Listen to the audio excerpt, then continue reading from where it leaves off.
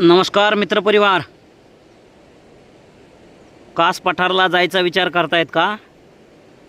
जाणं होत असेल तर आवर्जून जा, कारण तिथं जी फुलांची विविधता आहे, दगडाच्या खालून येणाऱ्या छोट्या छोट्या काडीलाही जिथं फूल लगडतं ती जागा म्हणजे सातारा जिल्ह्यातील कास पठार. सध्याचं पाऊस काळ पाहू जाता तिथं आत्ता जाणं उचित आहे का नाही हे माहीत नाही, पण तोपर्यंत काय करणार बीड शहरातील लोक? चला आपल्या जवळच्या माळाला. इथं बघा कसे छान छान फुलं आले, तर दगडाच्या बुडातून आलेली झाडं बघा. खरंच निसर्ग नियंता त्याचं व्यवस्थापन किती छान सांभाळत असतो. झाडाच्या उंचीचा जर विचार केला तर ह्याला काहीच उंची नाही आहे, पण या ठिकाणी पूर्णपणे फुललेले आहेत. इथे एक मधमाशी पण दिसते तुम्हाला. मधमाशा या ठिकाणी जमा होतात, स्वतःचं अन्न ह्या त्या फुलामध्ये शोधतात.